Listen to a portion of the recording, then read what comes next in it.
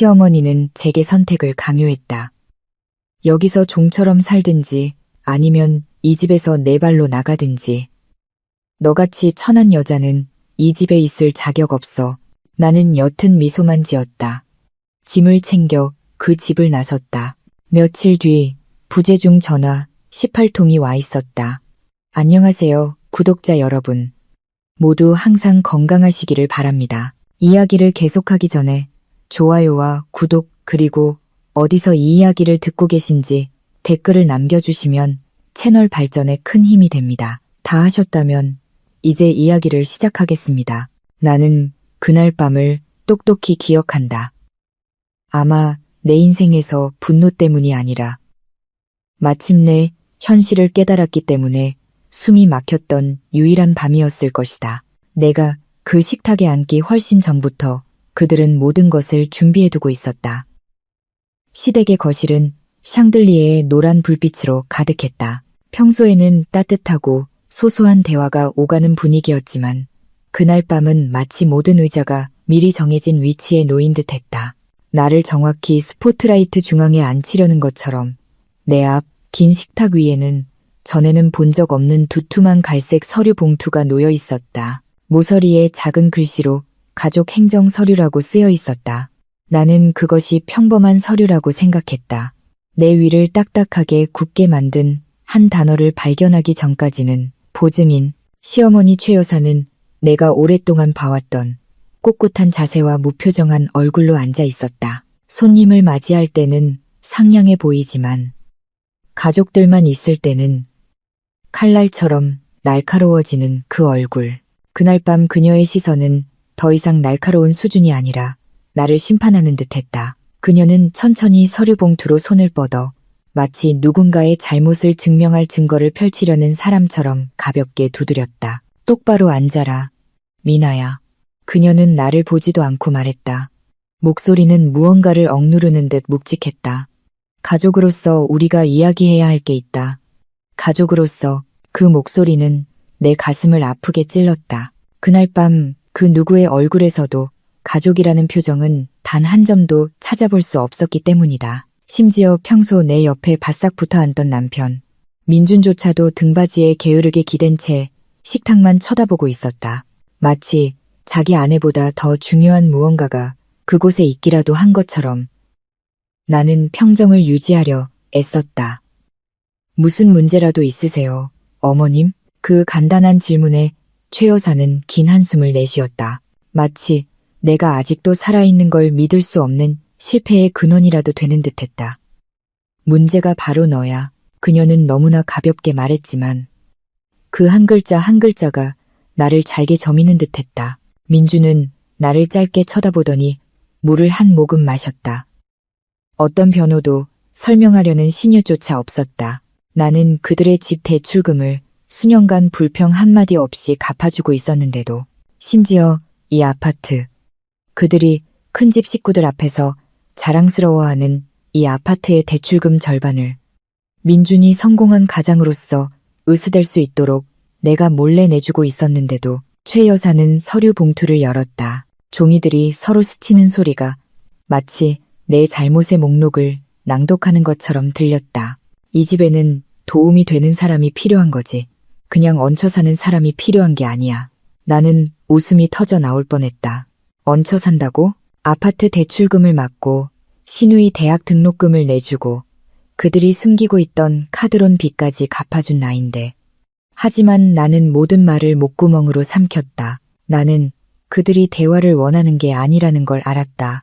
그들은 결정을 원했다.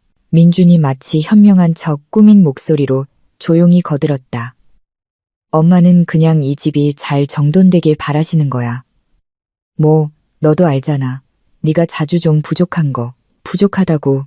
정말 웃기는 소리였다. 내가 가장 먼저 일어나서 아침을 차리고 온갖 공과금을 처리하고 심지어 민준이 가족들 눈에 초라해 보이지 않도록 그의 카드값까지 관리해줬는데 내가 부족하다고 최 여사가 내 쪽으로 몸을 기울였다.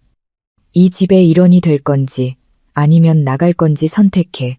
간단하고 단호했다. 마치 마당에 들어온 이방인을 쫓아내는 것 같았다. 하지만 내 심장을 잠시 멈추게 한 것은 그 최후 통첩이 아니라 민준의 표정이었다. 그는 옅은 미소를 짓고 있었다. 안도하는 미소. 이 순간을 기다려온 사람의 미소. 그리고 그 서류 봉투에서 민준의 시선은 보증인 채무 약정서라고 쓰인 한 페이지에 잠시 머물렀다. 나는 등골을 타고 기이한 감각이 스멀스멀 기어오르는 것을 느꼈다. 마치 그들이 의도적으로 무언가를 꾸민 것 같았다. 내가 감정적으로 격분해서 무방비 상태로 집을 나가도록 유도하는 시나리오. 그러면 그들은 내 신분으로 무언가를 할 수 있을 것이다. 최 여사의 말이 귓가에 맴돌았다. 네가 이 집안의 규칙을 따를 수 없다면 오늘 밤 당장 짐 싸서 나가도 좋아. 나는 폭발하지 않고 조용히 일어섰다. 오히려 나의 침착함이 그들을 놀라게 한 듯했다. 알겠습니다. 나는 부드럽게 말했다. 제가 나가겠습니다. 식탁 위에 서류 봉투는 여전히 펼쳐져 있었고 내가 봐서는 안 될 단어들이 언뜻 보였다. 보증인, 개인정보, 약정서, 갑자기 단순한 행정서류가 아니라 덫처럼 느껴지는 것들이었다. 나는 가방을 챙겼다. 고요했다. 아무도 나를 말리지 않았다. 민주는 일어서지도 않았다. 그리고 내가 현관문을 열고 밖으로 한 걸음 내디뎠을 때 온몸을 차갑게 만드는 소리를 들었다. 민주는 아주 작게 속삭였지만 문이 닫히기 전에 내가 듣기에는 충분했다. 그래, 내일 진행시켜. 그 목소리는 실망도, 당황도, 분노도 아니었다. 안도하는 목소리였다. 마치 나의 퇴장이 그들의 계획의 일부였다는 듯이. 그가 말한 진행이 시작될 내일. 그 파장이 느껴질 계획의 일부. 나는 형언할 수 없는 감정을 안고 걸어 나갔다. 두려움, 분노, 그리고 내가 단지 거대하고 어두운 무언가의 표면을 건드렸을 뿐이라는 의심. 단순한 가족의 최후 통첩을 넘어서는 무언가. 내 이름이 연루된 무언가. 그들이 이미 준비해둔 무언가. 내일이라는 단어 뒤에 숨어 기다리고 있는 무언가. 그 집을 떠난 지 이틀째 내 삶은 고요했다. 고통스러운 고요가 아니라 가슴이 숨 쉴 수 있게 해주는 고요였다. 나는 친구의 작은 오피스텔에 임시로 머물렀다. 시댁의 드라마와 수년간 내 어깨를 짓눌렀던 경멸적인 시선들로부터 멀리 떨어진 곳. 하지만 그 평온은 이틀째 아침까지만 지속되었다. 오전 6시 14분 휴대폰이 진동했다. 민준에게서 온 전화. 무시했다. 6시 15분 또 민준. 받지 않았다. 6시 17분 최 여사. 무시했다. 6시 20분 모르는 번호. 그리고 30분 동안 수십 통의 전화가 쏟아져 들어와 휴대폰 알림이 무너진 돌무더기처럼 쌓였다. 부재중 전화 18통. 그리고 가족뿐만이 아니었다. 내가 그 기계적인 목소리, 톤을 똑똑히 아는 서비스 번호들도 있었다. 전기요금 납부 기한이 초과되었습니다. 자동이체가 처리되지 않았습니다. 등록금 납부 최종 경고, 아파트 대출금 미납 확인, 요망. 예약 이체에 필요한 잔액이 부족합니다. 나는 혼란과 공포가 뒤섞인 채 휴대폰 화면을 응시했다. 모든 것이 동시에 연체되다니 우연일 리가 없었다. 그제야 모든 것이 머릿속으로 밀려 들어왔다. 그동안 나는 민준이 가족들 앞에서 구원자처럼 보일 수 있도록 거의 보이지 않는 방식으로 모든 것을 조용히 처리해왔다. 시스템은 완벽했다. 자동이체, 예약 송금, 제3자 계좌를 통한 결제. 모든 것을 그의 체면을 지켜주기 위해 내가 설정했다. 그리고 내가 그 집에서 아무것도 가져오지 않고 떠났기 때문에 내 개인 계정과의 연결을 끊자마자 모든 자동 결제가 멈춰버린 것이다. 모든 것이 단 이틀 만에 무너졌다. 오후 5시 민준이 짧은 메시지를 보냈다. 사과도 내 안부를 묻는 말도 아니었다. 명령이었다. 돌아와. 지금 당장 처리해. 다들 기다리고 있어. 나는 화면을 껐다. 손가락이 차가워졌다. 그 최후 통첩 이후에 내가 떠날 때 안도하던 그가 보낸 명령. 다시 알림 소리가 터져 나왔다. 이번에는 신우이, 소희에게서였다. 메시지는 짧았지만 올가미처럼 느껴졌다. 언니, 일부러 우리 망신 주려고 이러는 거죠. 내 등록금 결제, 거절당했어요. 사람들이 엄마한테 전화했단 말이에요. 내가 답장하기도 전에 그녀가 전화를 걸었다. 내가 받자마자 그녀의 목소리가 폭발했다. 언니, 도대체 무슨 생각이야? 아침에 대출금 독촉하는 사람들이 집으로 찾아왔어. 3개월이나 연체됐다고 하더라. 우리 가족이 얼마나 창피했는지 알기나 해? 우리 가족? 웃기는 소리. 그동안 그 창피를 막아준 건 나였는데 나는 심호흡을 하며 가슴속에서 들끓는 분노를 억눌렀다. 소희야, 나 이제 거기 안 살아. 나는 이미, 그러니까 돌아오라고. 언니가 이 모든 걸 처리했잖아. 도망치지 마. 엄마 스트레스 받게 하지 말고 언니가 책임져야지. 내가 책임져야 한다고. 수년간 그 집에 조용히 돈을 대온 건 나인데 이제 와서 내가 도망쳤다고 비난받고 있었다. 그녀의 분노 속에는 다른 메아리가 있었다. 아직 표현하지 않은 두려움. 아까 그 모든 전화 뒤에 숨어있던 것과 같은 두려움. 모두가 공황 상태였다. 내가 떠났기 때문이 아니라 돈줄이 끊겼기 때문에. 소희가 여전히 나를 쓸모없다고 욕하는 동안 나는 휴대폰을 귀에서 멀리 뗐다. 그들은 자신들의 안락한 삶을 지탱해준 모든 돈이 내 두 손에서 나왔다는 사실을 몰랐다. 나는 한마디 대꾸 없이 전화를 끊었다. 그때 또 다른 메시지가 도착했다. 아파트 담보 대출 서비스 번호였다. 주 채무자와 연락이 되지 않아 안내드립니다. 제2관계자인 이민아님께서는 확인 부탁드립니다. 나는 읽기를 멈췄다. 주 채무자, 제2관계자. 내 이름. 나는 휴대폰을 더 꽉 쥐었다. 순간 이틀 전 밤이 머릿속에 다시 떠올랐다. 식탁 위에 갈색 서류 봉투, 보증인이라는 단어. 그리고 조용히 속삭이던 민준의 목소리. 그래, 내일 진행시켜. 그들은 내 이름으로 도대체 무슨 짓을 한 걸까? 그리고 왜 모든 청구서가 마치 내가 다시 나타나야만 해결될 것처럼 구는 걸까? 나는 목덜미에서 등뼈까지 차가운 기운이 스며드는 것을 느꼈다. 이건 단순히 연체된 청구서 문제가 아니었다. 그들이 쫓고 있는 무언가, 내가 돌아가지 않으면 그들을 위협할 무언가가 있었다. 그리고 나는 이제 막 그 표면을 건드렸을 뿐이었다. 나는 냉정한 머리가 필요했다. 그들을 위해서가 아니라 나 자신을 위해서. 그 모든 전화와 욕설, 메시지 속에서 내 남편 가족의 분노보다 더 무서운 한 가지 사실이 있었다. 내 이름이 있어서는 안 될 곳에 나타났다는 것. 보증인으로서, 제2관계자로서, 내가 결코 알지 못했던 청구서들의 비상연락처로서. 그날 아침, 나는 오랫동안 조용했지만 모든 것을 지켜봐 온 한 사람을 만나기로 결심했다. 김 변호사님.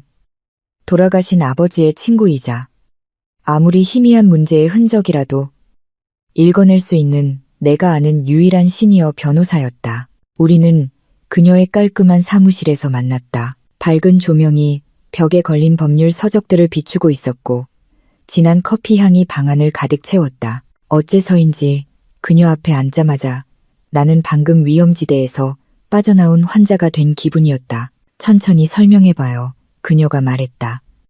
목소리는 차분하고 중립적이었다. 편을 들지도 않았지만 내 고통을 가볍게 여기지도 않았다. 나는 모든 알림, 메시지, 그리고 그동안 내가 해온 결제 내역 캡처 화면을 열었다. 내 계좌를 통해 설정한 아파트 대출금 자동이체, 소희의 학교로 보내던 월별 송금, 한때 동네에 소문이 돌았던 카드론 빚 상환 내역까지, 그리고 민준의 체면을 지켜주기 위해 그동안 숨겨왔던 이체 증거들을 하나씩 그녀에게 보여주었다. 김 변호사님은 눈도 깜빡이지 않고 모든 증거를 쳐다보았다. 미나 씨, 그녀가 조용히 말했다.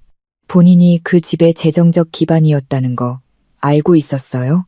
다른 사람이 그동안 내가 억눌러온 현실을 말하는 것을 들으니 너무나 명백한 진실에 뺨을 맞은 기분이었다. 당신들 관계는 오랫동안 불균형했어요. 그녀가 말을 이었다. 그는 가장으로서의 이미지를 지켰고 당신은 그 모든 균열을 메우고 있었던 거죠. 나는 고개를 숙였다. 저는 그냥 민준 씨가 가족들 앞에서 존중받길 바랐어요. 그가 창피당하는 걸 원치 않았어요. 그리고 그 대가로 김 변호사님의 목소리가 조금 커졌다. 그들은 당신이 짐이라는 서사를 만들어냈군요. 심장이 쿵 내려앉았다. 내가 겪었던 모든 모욕적인 말들. 최 여사의 은근한 비난, 민준의 빈정거림, 신우이의 코멘트들, 모든 것이 갑자기 하나의 거대한 그림을 형성하는 퍼즐 조각처럼 느껴졌다. 내가 상상했던 것보다 훨씬 더 어두운 그림. 변호사님, 내 목소리가 갈라졌다. 그들이 제 이름을 사용했을까봐 두려워요. 보증인이라는 글자를 받고 아까 서비스 센터에서는 제가 제2관계자라고 했어요. 김 변호사님은 고개를 끄덕였다. 당신에게 이롭지 않은 무언가를 의도적으로 준비했을 가능성이 높다고 봐요. 그녀는 노트북을 열고 빠르게 무언가를 입력하더니 내가 가져온 서류 중 하나를 집어들었다. 이건 미나 씨의 자동이체 내역이죠. 나는 고개를 끄덕였다. 그녀가 그것을 펼쳤다. 내가 수년간 깔끔하게 관리해온 숫자들이 있었다. 금액은 컸다. 내가 기억하는 것보다 더 컸다. 너무 많았다.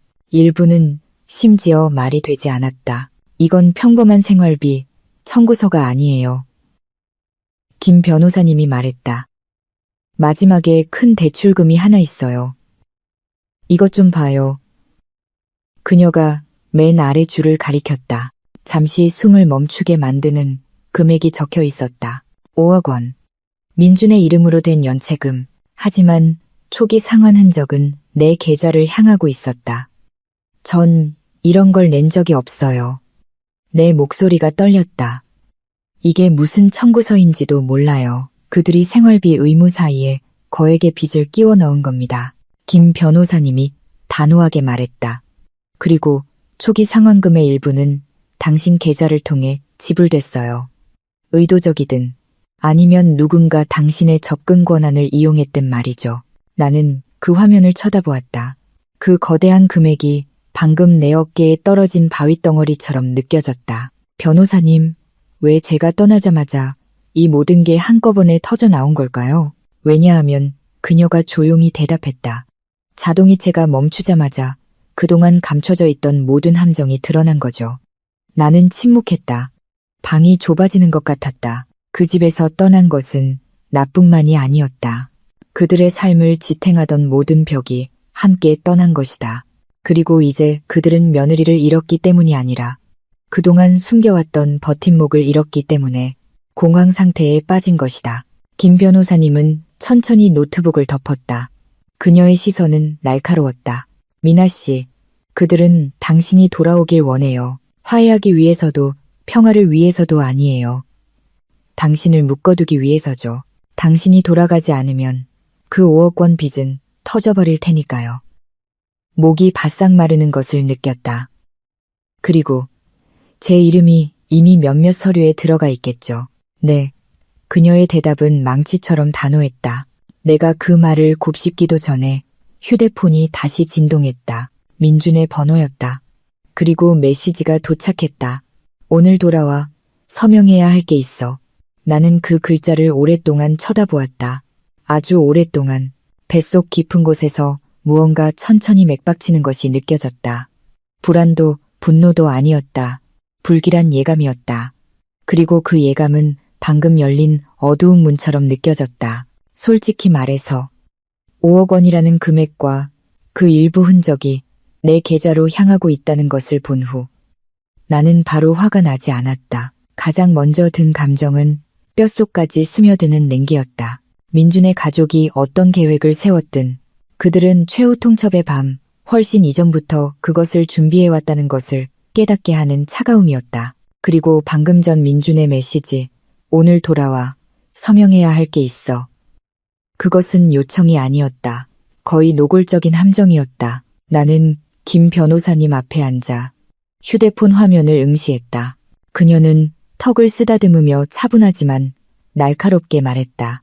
계획 없이 돌아가면 그 빚의 법적 보증인이 되도록 강요당할 거예요. 빚뿐만 아니라 그들이 수년간 쌓아온 모든 결과에 대해서도요. 알아요. 내 목소리는 갈라져 있었다. 하지만 그들이 제 이름을 어디까지 사용했는지 알아야겠어요. 알게 될 거예요. 김 변호사님이 조용히 대답했다. 하지만 집으로 돌아가는 아내로서 가지 마세요. 그들의 발밑에 깔린 카펫을 통째로 걷어낼 준비가 된 사람으로서 가세요. 가슴속에서 작은 떨림이 일었다. 용기는 아니었다. 너무 오랫동안 침묵하다가 마침내 행동해야 한다는 것을 깨달은 사람에게 찾아오는 일종의 명료함이었다. 나는 민준의 메시지를 열고 답장했다. 내가 해결하는 걸 도울게. 하지만 먼저 모든 자료를 봐야겠어. 5분도 채 되지 않아 답장이 왔다. 쓸데없는 소리 말고 그냥 돌아와. 그 명령 줘. 나를 인간이 아닌 명령 처리 기계로 여기는 그 말투. 하지만 나는 여전히 부드럽게 답장했다. 잘못 서명할까봐 그래. 우리 천천히 해결하자, 민준 씨. 그리고 바로 여기서 그 가족의 어두운 면이 드러났다. 그들이 수년간 항상 사용해왔던 미묘한 압박 패턴이 즉시 다시 시작되었다. 민준, 내가 고집부리면 큰 집 일까지 엉망이 될 수 있어. 최 여사, 다른 사람 데려오지 마라. 이건 우리 가족 문제야. 너 혼자 와야 해. 소희, 언니 빨리 돌아와. 일 더 복잡하게 만들지 말고. 언니가 늦출수록 상황만 더 나빠져. 그리고 바로 그 직후 민준의 번호로 음성 메시지가 도착했다. 재생 버튼을 눌렀다. 강압적인 민준의 목소리 뒤로 배경에서 다른 소리가 들렸다. 지시를 속삭이는 최 여사의 목소리. 빨리 서명하게 만들어. 생각할 시간을 주지 마. 심장이 조여드는 것을 느꼈다. 서명. 그들은 정말로 내가 그것을 하기를 기다리고 있었다. 그리고 그동안 내가 억지로 잠재워왔던 직감이 마침내 소리쳤다. 미나야, 이건 가족 문제가 아니라 법적 문제야. 나는 그 메시지들의 내용을 이미 짐작한 듯한 김 변호사님을 쳐다보았다. 아무도 데려오지 말라고 하네요. 내가 조용히 말했다. 가족 문제라고요. 왜 그들은 제가 동행자와 함께 가는 걸 두려워할까요? 그녀는 비스듬히 미소 지었다. 동행자는 그들의 수법을 읽을 수 있으니까요. 그리고 당신이 혼자가 아니라면 그들은 당신을 압박할 수 없죠. 나는 긴 숨을 내쉬었다. 그럼 그들이 제가 돌아오길 바라는 이유는 세 가지겠군요. 김 변호사님은 고개를 끄덕였다. 첫째, 그녀가 손가락 하나를 들었다. 그들은 당신이 돈의 흐름을 다시 연결해 주길 원해요. 그들의 청구서들은 이미 터지기 직전이에요. 모든 것이 당신이 그동안 처리해왔던 결제를 기다리고 있죠. 두 번째로 그녀가 말을 이었다. 그들은 당신이 무언가에 서명하길 원해요. 그 가족 행정 서류는 단순한 행정 서류가 아니에요. 법적 부담을 당신에게 전가하는 문서죠. 뱃속이 딱딱하게 굳는 것을 느꼈다. 그리고 세 번째로 김 변호사님의 목소리가 낮아졌다. 그들은 그 큰 빚이 터졌을 때 당신을 방패로 삼고 싶어 해요. 채권자들이 찾아오면 그들은 내세울 이름 하나가 필요하죠. 그 이름이 저군요. 내가 속삭였다. 네, 그녀의 대답은 단호했다. 어떤 완충도 없었다. 몇 초 동안 사무실은 마치 허공에 떠 있는 것 같았다. 그동안 흩어져 있던 모든 퍼즐 조각이 이제 맞춰지기 시작했다. 그날 밤의 최후 통첩은 즉흥적인 것이 아니었다. 민주는 화가 난 게 아니었다. 그는 안도했다. 갈색 서류 봉투는 평범한 문서가 아니었다. 자동이체가 멈추고 모든 청구서가 동시에 나타났다. 그리고 이제 그들은 나를 부르며 비명을 지르고 있었다. 그리워서도 걱정해서도 아니었다. 공황 상태였다. 내가 없으면 그들은 방패막이로 내세울 사람이 아무도 없기 때문이다. 김 변호사님은 나를 신중하게 쳐다보았다. 미나 씨, 만약 가기로 결정한다면 준비해야 해요. 그들은 당신이 서류를 읽을 틈도 없이 서명하도록 당신의 정신을 무너뜨리려 할 겁니다. 알아요. 나는 조용하지만 단호하게 대답했다. 그리고 전략 없이 가면 김 변호사님이 몸을 기울였다. 그녀의 시선은 칼날처럼 날카로웠다. 당신은 가족이 아니라 미끼로 돌아가는 겁니다. 미끼라는 단어가 무서운 냉기와 함께 내 머릿속에 박혔다. 그리고 내가 마음을 진정시키기도 전에 휴대폰이 다시 진동했다. 민준이었다. 오늘 오지 않으면 우리 다 망해. 그리고 그건 내 탓이야. 내 탓. 항상 내 탓. 하지만 처음으로 나는 이번에 정말로 망하는 것을 두려워하는 쪽은 그들이라는 것을 확실히 알았다.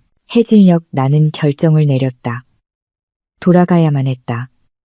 순종적인 며느리로서도 굴복하려는 아내로서도 아니었다.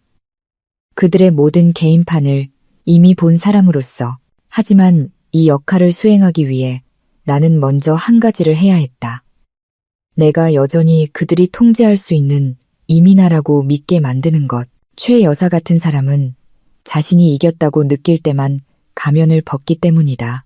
그리고 나는 그들의 진짜 얼굴이 자신들이 녹음되고 있다는 사실을 모른 채 드러나길 바랐다. 그날 밤 나는 민준에게 메시지를 보냈다. 알았어. 내일 갈게. 민준의 답장은 1분도 채 되지 않아 왔다.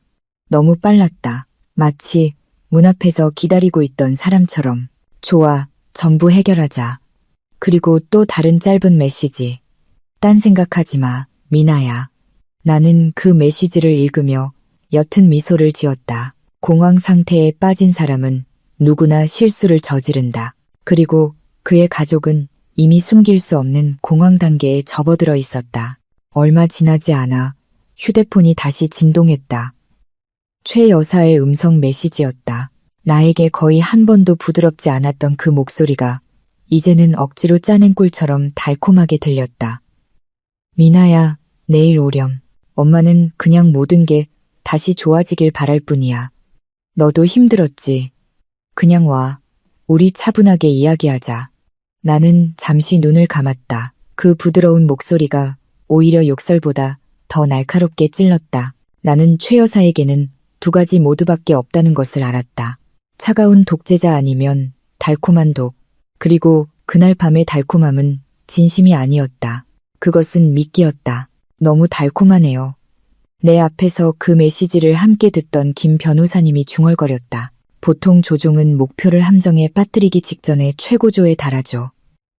나는 고개를 끄덕였다. 변호사님, 모든 걸 준비하죠.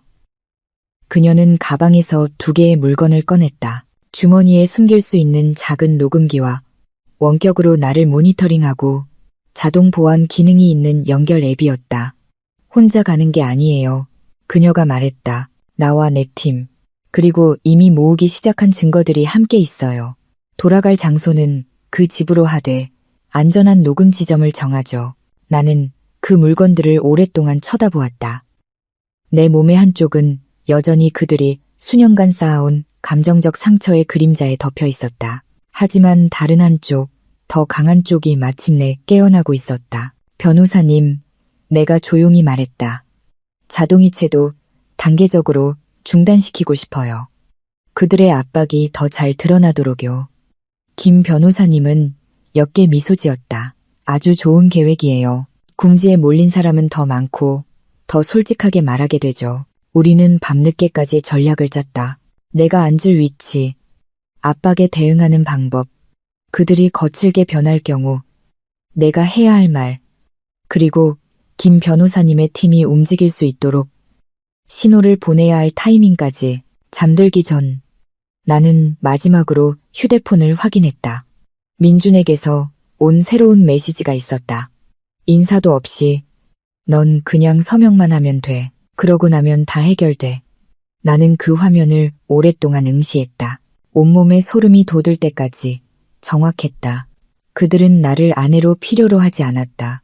그들은 나를 가족으로 필요로 하지 않았다. 그들은 내 서명이 필요했고 내일 그들은 어떤 방법을 써서라도 그것을 강요하려 할 것이다. 나는 눈을 감고 나 자신을 껴안았다. 그리고 마음속으로 속삭였다. 좋아.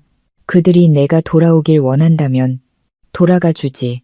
하지만 구원받기 위해서가 아니라 그들이 스스로 판 무덤에 들어가는 것을 목격하기 위해서. 창밖에서는 밤바람이 길고 차갑게 스쳐 지나갔다. 내일 그들이 그동안 숨겨왔던 모든 것이 드러나기 시작할 것이다. 그리고 나는 그 한가운데 연약한 척 앉아 있을 것이다. 내 평온함 뒤에는 그들이 상상하는 것보다 훨씬 더 강력한 계획을 숨긴 채로 그날 아침 시댁의 공기는 너무나 달랐다. 평소에는 TV 소리와 음식 냄새로 가득했지만 그날은 정적만이 흘렀다. 누군가 덫에 걸려들기를 기다리는 듯한 정적. 나는 천천히 문을 두드렸다. 문이 빠르게, 너무나 빠르게 열렸다. 마치 새벽부터 그들이 내 도착을 지키고 서 있었던 것처럼 민준이 앞에 서 있었다. 헝클어진 머리, 긴장된 얼굴. 하지만 그의 눈은 안도가 아니라 경계심으로 가득했다. 소중한 물건이 다시 도망가지 않도록 확인하려는 사람의 눈빛, 들어와. 그가 무뚝뚝하게 말했다. 나는 안으로 들어섰다. 최 여사는 거실 식탁에 앉아 갈색 서류 봉투를 앞에 두고 있었다. 최후 통첩에 밤에 봤던 바로 그 봉투. 그녀는 마치 감옥 열쇠를 쥔 사람처럼 그 봉투 표면을 톡톡 두드리고 있었다. 소희는 소파에서 나를 곁눈질했다. 그녀의 얼굴은 분노와 두려움이 뒤섞여 있었다. 혀를 날카롭게 만드는 두려움. 언니 때문에 우리 집안이 다 망하게 생겼어. 알아? 그녀가 말했다. 나는 반응하지 않으려 애썼다. 그들은 궁지에 몰려 있었다. 내가 먼저 흥분해서는 안 됐다. 최 여사가 말을 시작했다. 목소리는 차가웠지만 부드럽게 들리려 애쓰는 티가 났다. 미나야, 우린 가족이잖니. 그러니 문제가 있으면 좋게 해결해야지. 이리 와서 앉아라. 나는 앉았다. 주머니 속 작은 녹음기는 이미 켜져 있었다. 내 심장 박동 소리가 귓가에 울리는 것 같았다. 첫째, 최 여사는 나를 날카롭게 쳐다보며 말했다. 내 자신을 알아야 해. 이 집안 생활이 공짜로 돌아가는 게 아니야. 너도 가족의 일부니 함께 책임져야지. 말투가 변했다. 더 이상 가짜 달콤함은 없었다. 그녀의 가면은 내가 예전의 자리로, 소리 없이 돕는 자리로 돌아왔다고 느끼자마자 떨어져 나갔다. 민주는 어머니 옆에 앉아 옅은 미소를 지었다. 그의 미소는 어떤 욕설보다 더 날카롭게 찔렀다. 넌 이미 이 집안 사람이잖아? 그는 마치 훈계하듯 말했다. 좋든 싫든 모든 걸 함께 책임져야 하는 거야. 5억 빚 포함해서요? 내가 조용히 물었다. 소희가 벌떡 일어났고 민주는 굳었으며 최 여사는 봉투를 두드리던 손을 멈췄다. 그건 가족 계획의 일부야. 그녀가 빠르게 말했다. 크게 생각하지 마. 누구의 계획인데요. 내 목소리는 여전히 낮았지만 그들은 서로를 쳐다보게 만들었다. 그리고 그 순간 민주는 자신의 본색을 드러냈다. 중요한 건 내 이름이 거기 있다는 거야. 그는 거의 오만한, 몸이 건조한 톤으로 말했다. 안전을 위해서 나중에 이야기는 우리가 만들게. 넌 그냥 서명만 해. 나는 그를 오랫동안 쳐다보았다.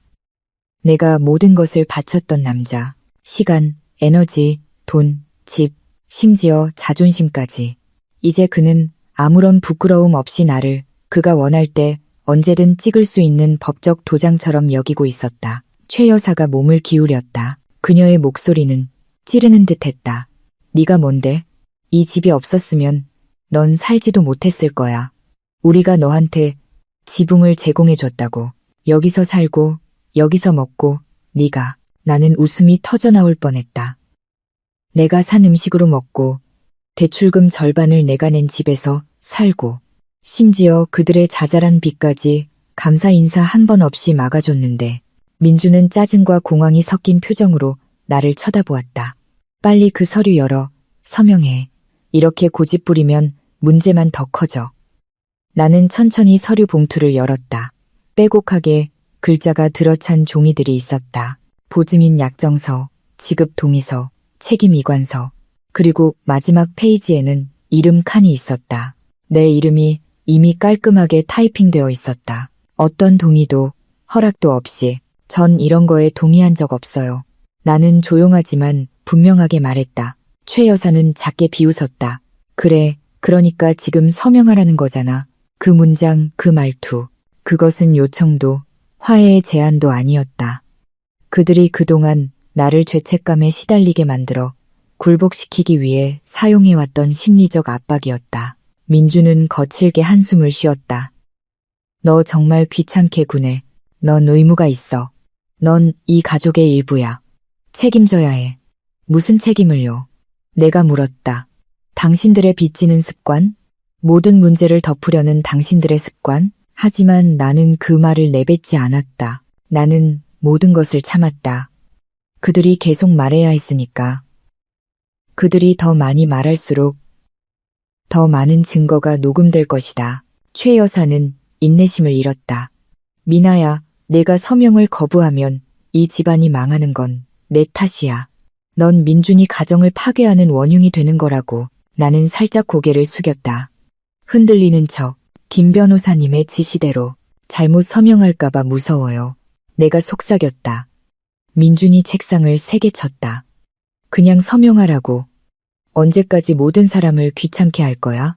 그리고 바로 그 순간 그는 미끼를 물었다. 그는 몸을 숙여 다가왔다. 얼굴이 붉어지고 턱이 굳어졌다. 잘 들어. 그동안 넌 이 집에서 사육당한 거나 마찬가지야. 그냥 보답이라고 생각해. 그러니까 까불지 마. 중요한 건 내 이름이 거기 있다는 거야. 안전을 위해서 나중에 이야기는 우리가 만들 테니. 그 문장. 중요한 건 내 이름이 거기 있다는 거야. 내 모든 에너지가 빠져나가는 동시에 단단해졌다. 그것은 단순한 압박이 아니었다. 그것은 고백이었다. 그들은 나를 방패로, 보증인으로, 큰 문제 앞에서 던져버릴 존재로 만들고 싶어 했다. 내 감정이 끓어오르기 전에 민준의 휴대폰이 울렸다. 그는 발신자 이름도 보지 않고 전화를 받았다. 스피커 너머로 묵직한 목소리가 들려왔다. 내일 오전 10시입니다. 입금 없으면 절차대로 진행합니다. 민준은 그 자리에서 얼어붙었다. 그의 눈이 커졌다. 최 여사는 굳었다.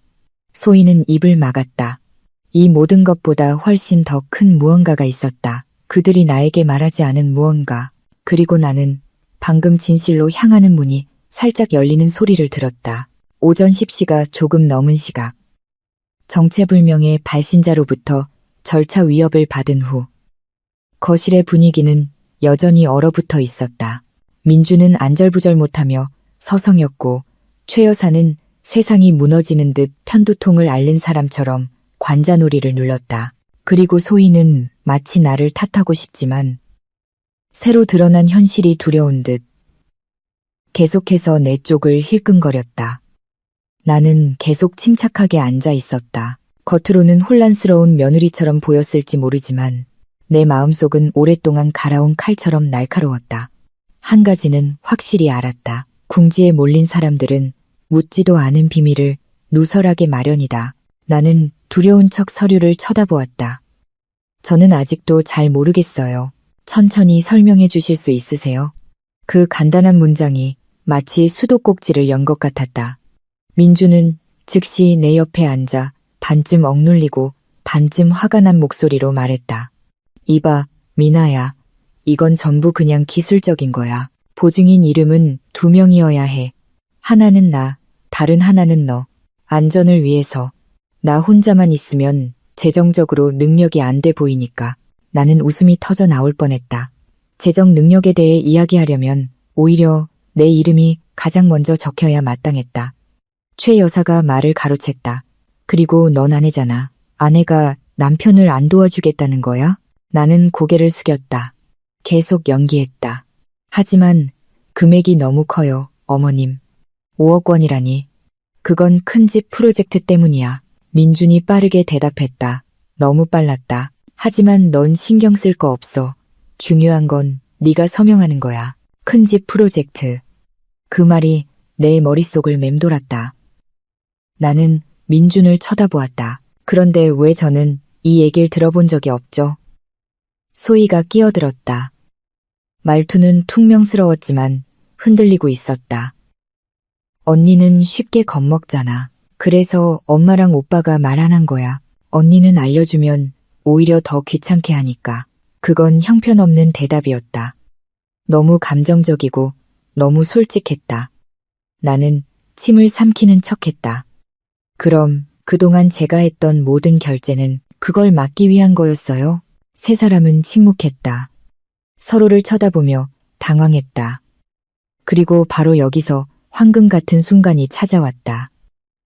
최 여사는 짜증스럽게 코웃음을 치며 통제력을 잃었다. 한 문장이 무심코 튀어나왔다. 네가 뒤에서 돈 대주지 않았으면 이 아파트 진작에 은행에 넘어갔어. 방에 숨이 되섰다. 민주는 반사적으로 빠르게 돌아보았다. 엄마, 하지만 너무 늦었다. 모든 것이 녹음되었다. 나는 놀란 척 입을 가렸다. 마음속으로는 무언가 조용히 터져 나오는 것을 느꼈다. 승리감은 아니었다. 확신이었다. 그들은 인정했다. 그동안 내가 돈을 댔다는 것을, 그동안 내가 그들의 삶을 지탱했다는 것을, 그동안 내가 그들을 큰 집 식구들 앞에서 거만하게 서 있을 수 있게 만들었다는 것을. 민주는 좌절하며 책상을 가볍게 쳤다. 미나야, 잘 들어. 지금 중요한 건 이걸 먼저 해결하는 거야. 내일 오전 10시, 장난이 아니라고. 돈을 내지 않으면 결과가 엄청나. 어떤 결과인데요? 내가 부드럽게 물었다. 한 번도 제대로 설명 안 해주셨잖아요. 민주는 불안해 보였다.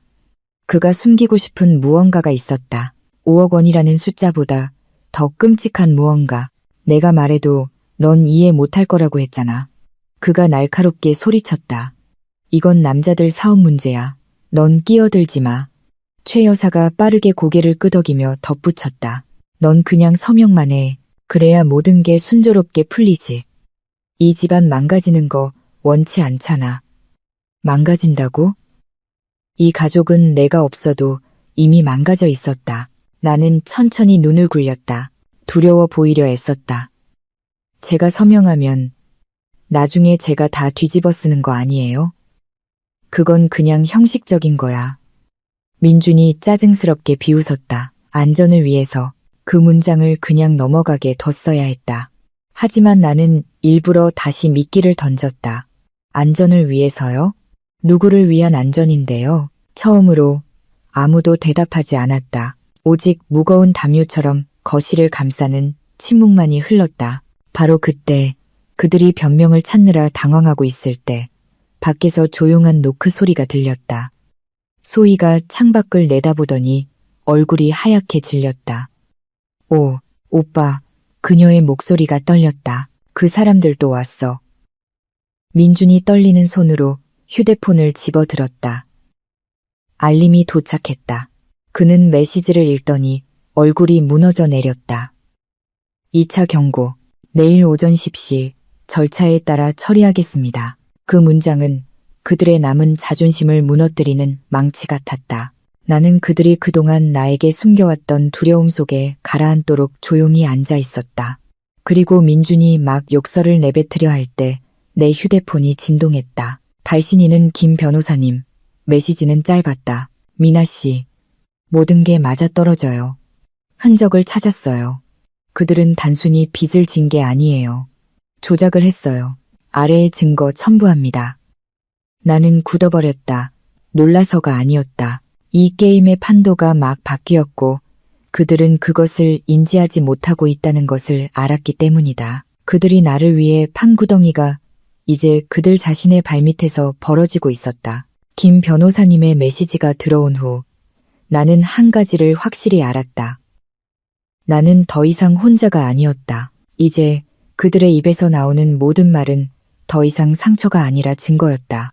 그리고 증거는 천천히 그들이 피할 수 없는 망치가 될 것이었다. 그날 오후 나는 임시로 머물던 곳으로 돌아왔다. 문을 닫자마자 민준의 큰집 가족 단톡방 알림으로 휴대폰이 폭발했다.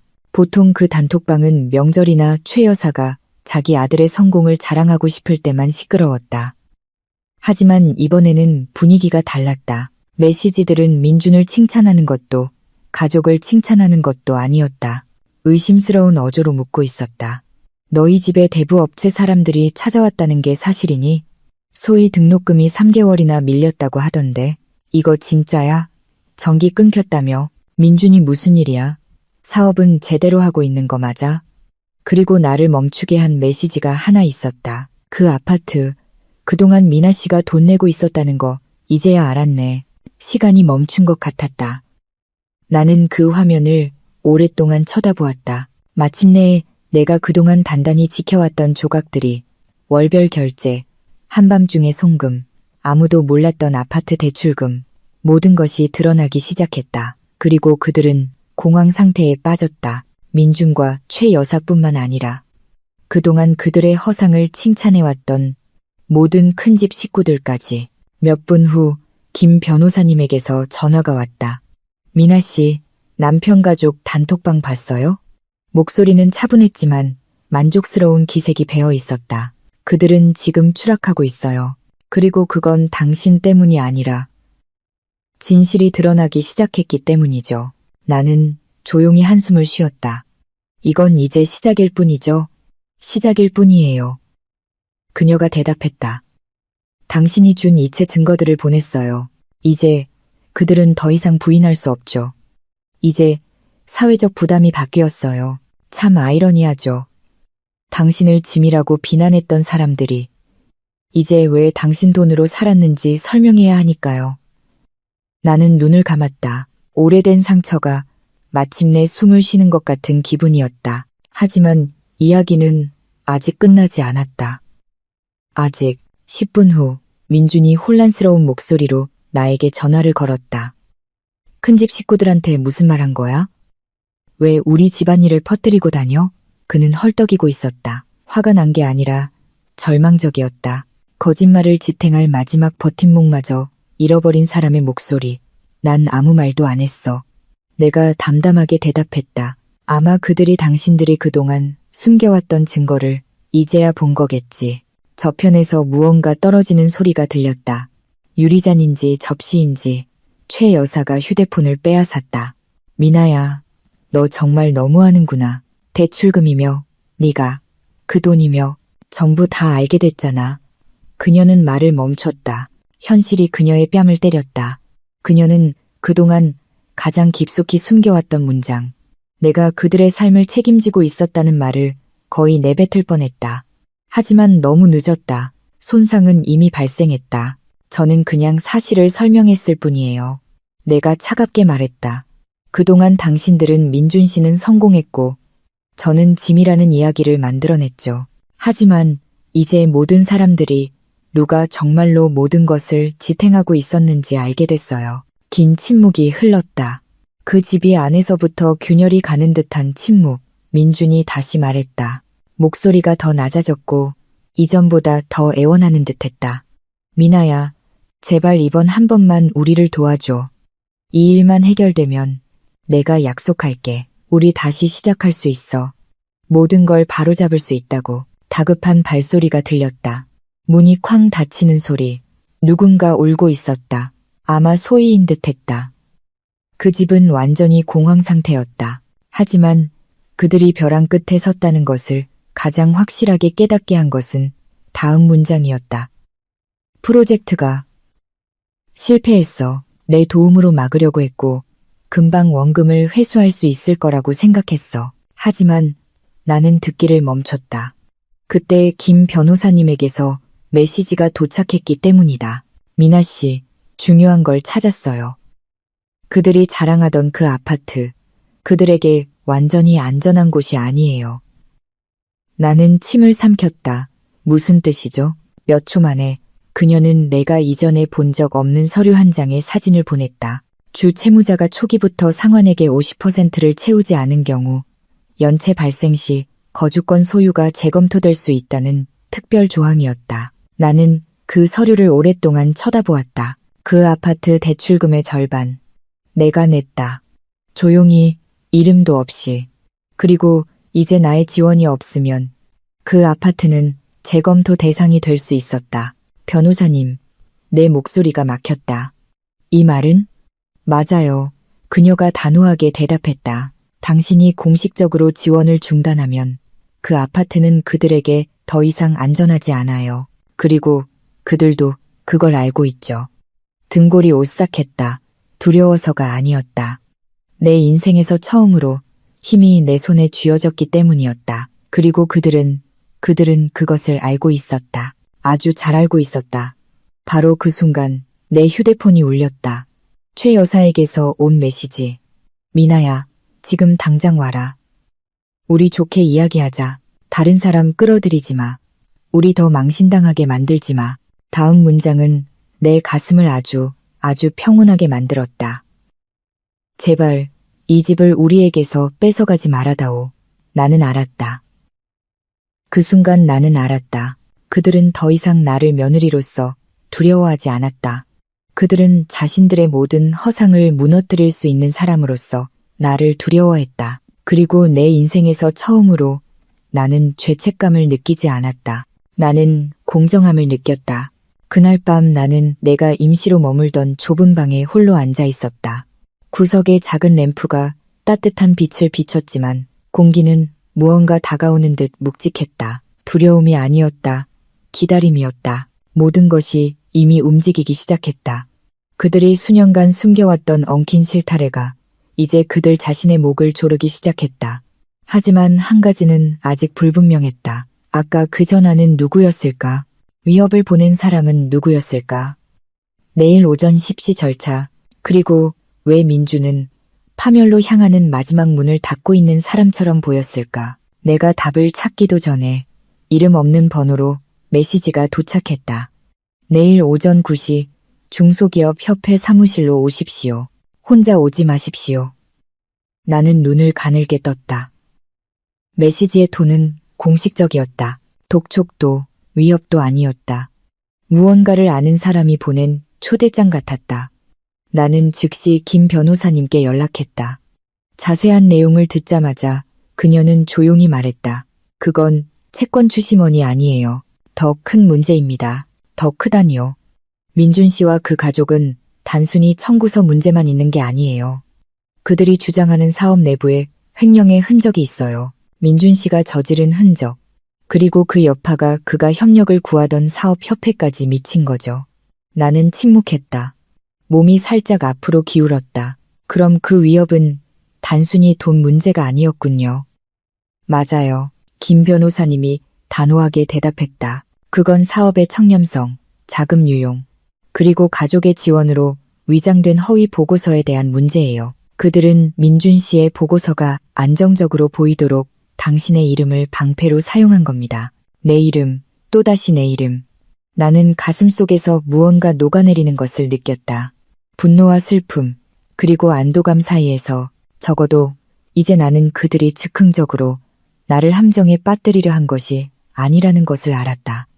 그들은 이 일이 있기 훨씬 전부터 내가 무너지기를 기다리고 있었다. 그리고 내일 모든 것이 드러날 것이다.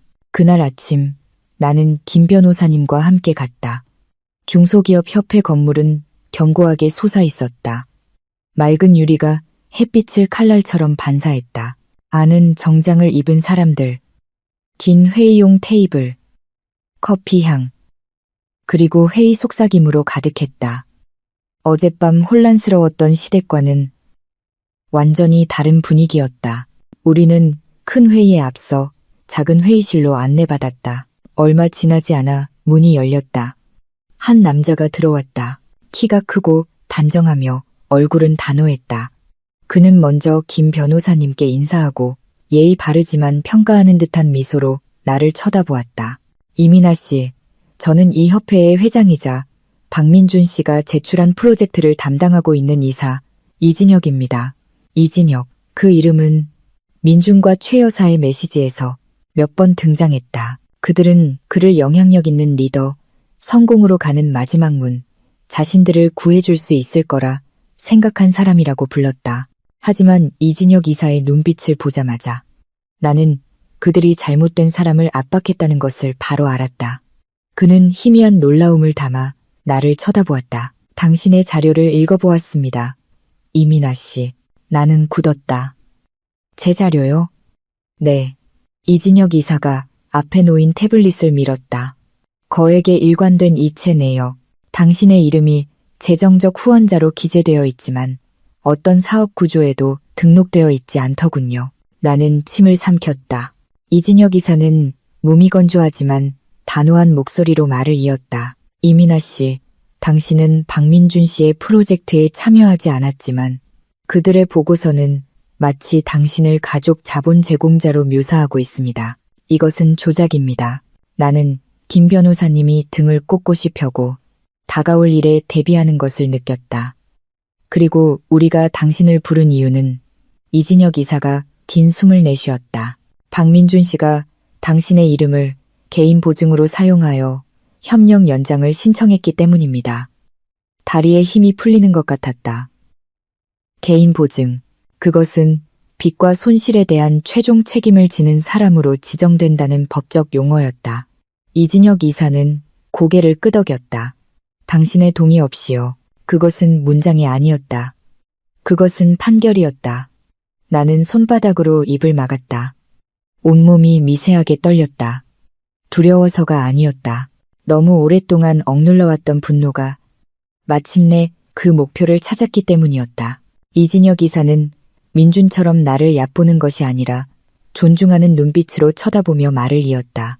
저는 당신이 알아주셨으면 합니다. 저와 협회팀은 이미 그들의 제안을 거절했습니다. 박민준 씨는 위험을 숨기고 안정성을 위조했으며 당신의 이름을 무단으로 사용했습니다. 회의실 유리 너머로 대기실에 앉아있는 민준, 최 여사, 그리고 소희가 보였다. 민준은 계속해서 머리를 감싸 쥐고 있었다. 최 여사는 땀을 닦는 듯 했다. 소희는 작게 울고 있었다. 그들은 정말로 이진혁 이사가 구원자가 될 것이라고 생각했던 것이다. 하지만 이진혁 이사는 그 모든 문을 한 문장으로 닫아버렸다. 협력은 취소되었습니다. 오늘부로 당신들의 접근은 차단됩니다. 나는 그보다 더 조용하고 더 정확한 처벌을 본 적이 없었다. 이진혁 이사는 이어서 나를 쳐다보았다. 그의 목소리 톤이 더 따뜻해졌다. 한 가지 말씀드리고 싶습니다. 저희는 당신이 그저 빌부터 사는 아내가 아니라는 것을 압니다. 당신은 무언가를 세우고 일하고 문제를 해결하면서도 다른 사람의 체면을 지켜주기 위해 침묵을 지킨 사람입니다. 눈이 뜨거워졌다. 처음으로 누군가가 나를 있는 그대로 봐주었다. 그리고 그렇기 때문에 그가 말을 이었다. 저희는 그들이 아니라 당신의 편에 서겠습니다. 나는 눈물을 참으며 고개를 숙였다. 밖에서 대기실 문이 열렸다. 이진혁 이사를 부르려는 최 여사의 목소리가 높아졌다. 민준도 당황하며 일어섰다. 그들의 외침은 두꺼운 회의실 유리에 막혀 희미하게 들렸다. 이진혁 이사는 그저 태블릿을 닫고 말했다. 이것은 더 이상 가족 문제가 아닙니다. 이민아 씨, 이것은 당신의 청렴성에 대한 문제입니다. 그리고 우리가 밖으로 나갔을 때 나를 향한 민준의 시선은 더 이상 분노도 오만함도 아니었다. 무너져 내린 눈빛이었다. 그의 인생에서 처음으로 그는 서사를 통제할 수 없었다. 그는 자신을 구할 수 없었다. 그리고 그는 이제 이전보다 더 평온해진 내 눈빛에서 이 게임의 끝이 다가오고 있다는 것을 알았다. 김 변호사님과 함께 협회 건물을 나왔을 때 나는 그동안 감히 열어보지 못했던 문을 막 통과한 기분이었다. 두려워서도 내가 약해서도 아니었다. 수년 동안 나는 내가 진정 누구인지 볼 수 있는 공간을 한 번도 허락받지 못했기 때문이었다. 그날 나는 그것을 명확히 보았다. 침묵해야 하는 며느리도 압박당할 수 있는 아내도 어디로든 끌려갈 수 있는 방패도 아니었다. 나는 그동안 그들의 삶을 지탱해온 사람이었다. 조용히 칭찬도 인정도 없이. 그리고 이제 마침내 나는 그 그림자 밖으로 걸어 나오고 있었다. 그날 오후 시댁에 도착했을 때 분위기는 평소와 달랐다. 보통 그 집은 가짜 웃음소리, 시끄러운 TV 소리, 혹은 음식 냄새로 가득했다. 하지만 오늘은 문 닫는 소리, 다급한 발소리, 그리고 불안한 속삭임만이 들렸다. 최 여사가 부은 눈으로 문을 열었다. 그녀의 얼굴은 초췌했다. 민주는 그녀 뒤에 서서 양손으로 머리를 감싸쥐고 있었다. 소희는 소파에 앉아 무릎을 끌어안고 울고 있었다. 내가 들어섰을 때 그들은 더 이상 예전처럼 나를 모욕적인 눈으로 보지 않았다. 더 이상 나를 짐으로 여기는 얕보는 말투나 시선은 없었다. 오직 두려움만이 있었다. 그들이 그동안 오만함으로 숨겨왔던 두려움. 민준이 먼저 말을 꺼내려 했다. 모든 거 다시 해결할 수 있어. 응? 제발 이 집 뺏기게 두지 마. 제발. 나는 손을 들어 그를 멈추게 했다. 이 결혼 생활에서 처음으로 그는 정말로 입을 다물었다. 김 변호사님이 내 옆에 앉았다. 이제는 그들이 나를 압박하는 도구가 아니라 내 편에 선 증거가 된 서류 봉투를 열었다. 그녀는 모든 녹음 파일, 최 여사의 고백, 민준의 압박, 조작된 서류, 그들이 준비한 위조 서명, 내가 아파트 대출금의 상당 부분을 지불했다는 증거, 내 이름이 동의 없이 개인 보증으로 사용되었다는 증거를 꺼냈다. 그리고 김 변호사님이 증거를 하나씩 낭독할 때마다 그것은 그들이 피할 수 없는 강타처럼 느껴졌다. 소희는 고개를 숙이고 얼굴을 가렸다. 최 여사는 울었지만 후회해서 우는 것이 아니었다. 수년간 쌓아온 명성이 큰 집 식구들 앞에서 산산조각 났기 때문에 우는 것이었다. 민주는 그저 멍하니 바라볼 뿐이었다. 마치 그가 거짓말로 쌓아올린 세상이 천천히 무너져 내리는 것을 지켜보는 것 같았다. 모든 것이 명확해진 후 김 변호사님은 차분하게 결정을 내렸다. 선택지는 두 가지입니다. 첫째, 법적 중재. 이 위조 서류들을 무효화하고 이민아 씨는 빚을 갚거나 보증인이 될 어떤 의무도 지지 않습니다. 또는 둘째, 정식 법적 절차. 이 모든 증거로 당신들은 횡령 및 신분 도용 혐의로 기소될 수 있습니다. 최 여사가 작게 비명을 지르며 입을 막았다.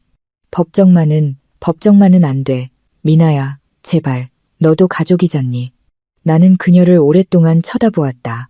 그동안 나를 얕보고 종이 되라고 명령하고 모든 사람 앞에서 나를 망신줬던 여자. 이제 그녀는 자신은 결코 나에게 베풀지 않았던 자비를 구걸하고 있었다. 어머님, 내가 조용히 말했다. 가족은 사람을 부서질 때까지 압박하지 않아요. 가족은 며느리를 자신이 만들지도 않은 빚으로 함정에 빠뜨리지 않아요. 가족은 다른 사람의 이름을 함부로 쓰지 않아요. 민준이 반쯤 앞으로 나섰다. 미나야, 미안해. 난 그냥 두려웠어. 나한텐 아무도 없었어. 너만이 날 도울 수 있는 유일한 사람이었어. 나는 옅은 미소를 지었다. 증오도 복수심도 없었지만 자비도 없는 미소였다. 저는 도왔어요, 민준 씨. 수년 동안. 하지만 당신들은 한 번도 저를 인간으로 대하지 않았죠. 그리고 나는 떨림 없이 일어서서 내 결정을 내렸다. 저는 중재를 선택하겠어요. 하지만 오늘 이후로 저는 더 이상 이 집의 일부가 아닙니다. 최 여사는 주저앉았다. 민주는 고개를 돌렸다. 그리고 그 집, 그들이 그토록 자랑스러워하던 그 집은 마침내 본래의 모습을 드러냈다. 궁전이 아닌 세장, 가족이 아닌 감정적 감옥. 몇 주 후 중재 절차는 끝났다. 내 이름은 빚서류에서 완전히 깨끗해졌다. 자동이체는 공식적으로 중단되었다. 모든 허위 결제는 무효화되었다. 민주는 사업협회에 대한 접근 권한을 잃었고 그들의 프로젝트는 완전히 중단되었다. 그들 가족의 명성은 천천히 무너져 내렸다. 내가 파괴해서가 아니라 진실은 항상 스스로 길을 찾기 때문이다. 그리고 나는 소박한 오피스텔로 이사했다. 압박으로부터, 그 집으로부터 멀리 떨어진 곳. 내 삶은 천천히 내가 알던 모습으로 돌아왔다. 평온하고 정직하고 다른 사람의 삶의 대가를 치를 필요 없는 모습으로. 그날 밤 나는 작은 발코니에 앉아 반짝이는 도시를 바라보았다. 수년 만에 처음으로 내 휴대폰은 조용했다. 고통스러운 고요가 아니라 새로운 집처럼 느껴지는 고요. 나는 무릎을 끌어안고 긴 숨을 내쉬었다. 마침내 끝났다. 아니, 적어도 나는 그렇게 생각했다. 내가 막 안으로 들어가려던 순간 휴대폰이 진동했다. 저장하지 않은 번호로 메시지가 하나 도착했다. 모든 게 끝났다고 생각해? 이건 시작일 뿐이야. 나는 그 자리에 얼어붙었고 숨이 파섰다. 그리고 그 문자 아래에는 내 온몸을 소름 돋게 만드는 이름이 하나 있었다. 그동안 민준의 그늘 뒤에서 내가 예전에는 중요하지 않다고 여겼던 작은 거래들 속에서 내 돈을 조용히 즐겼던 사람의 이름, 내가 결코 연루되었을 거라고 상상조차 못했던 사람, 이제 자신의 차례를 기다리며 나타날 사람, 그리고 나는 이 이야기가 아직 정말로 끝나지 않았다는 것을 알았다.